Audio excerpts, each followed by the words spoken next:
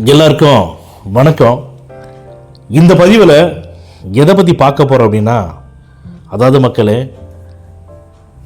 அரசியல் கட்சி அரசியலுங்கிறது யார் யாரை எந்த மாதிரி மாற்றுது அப்படிங்கிறத மட்டும் நம்ம நல்லா தெளிவாக புரிஞ்சுக்கணும். இவ்வளவு நாளாக திமுக பண்ணின அநியாயங்கள், அட்டூழியங்கள், அராஜகங்களை பற்றி பேசின தேமுதிக பொதுச் செயலாளர் பிரேமலதா அவங்க இன்னைக்கு, அதாவது நேற்று போயிட்டு திமுகவில் ஜாயின் பண்ணியிருக்காங்க.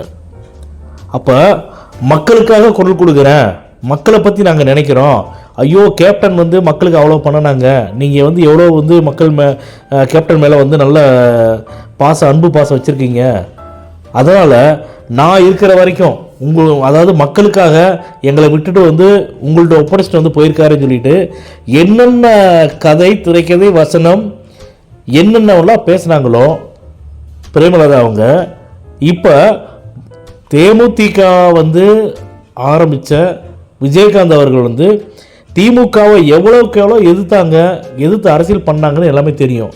ஆனால் அப்பேற்பட்ட திமுக போய் இப்போ சரணடைச்சிட்டாங்க. அதுக்கு என்ன காரணம்னா, பதவியும் பணமும் மட்டும்தான் காரணம். இதில் எங்கே மக்களுக்கு நல்லது பண்ண போகிறாங்க சொல்லுங்கள் மக்களே, நீங்களே சொல்லுங்கள். இப்போ நாளைக்கு ஓபிஎஸ் ஐயா அவங்க போய் இணைய போகிறதா பரவலாக பேசிகிட்டு இருக்கிறாங்க. இனம் இனத்தோடு தான் சேரும் இல்லைங்களா? தோக்கிறவங்களோட தான் போய் ஜாயின் பண்ணுவாங்க. எத்தனை பேர் சேர்ந்தாலுமே விஜய் அவர்களுக்கு தமிழக மக்களுடைய பேராதரவு இருக்குது, நிச்சயமாக நான் சொல்கிறேன். அதனால் கண்டிப்பாக விஜய் அவர்களத்தை திமுக அதிமுகவுக்கு மாற்றாக தமிழக மக்கள் நினச்சிட்டு இருக்கிறாங்க. யாரோட போய் கூட்டணி சேர்ந்தாலும் விஜய் அவர்களுக்கு இழப்பு இல்லை. தேமுதிக போனங்காட்டி அதிமுகவுக்கு தான் இழப்பை தவிர விஜய் அவர்களுக்கு இழப்பா சொல்லுங்கள்?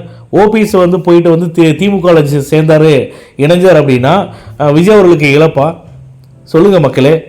யார் போனாலுமே தாவேக்காவுக்கு இழப்பு கிடையாது, விஜய் அவர்களுக்கு இழப்பு கிடையவே கிடையாது.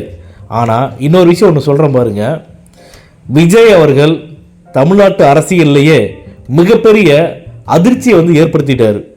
திமுகவாக இருக்கட்டும், அதிமுகவாக இருக்கட்டும், பிற கட்சிகளாக இருக்கட்டும், விஜய் அவர்களை கண்டு பயந்து நடுக்கிட்டு இருக்கிறாங்கிறத தாண்டி என்னென்ன பண்ணுறது அப்படிங்கிறது, என்னென்ன பண்ணிட்டு இருக்கிறாங்க அப்படிங்கிறது அவங்களுக்கே தெரியாது. விஜய் மேலே உள்ள பயம்தான் எல்லாமே காரணம். நிச்சயமாக 2026 சட்டமன்ற தேர்தலில் விஜயத்தை தமிழக மக்கள் முதலமைச்சராக தேர்ந்தெடுக்க போகிறார்.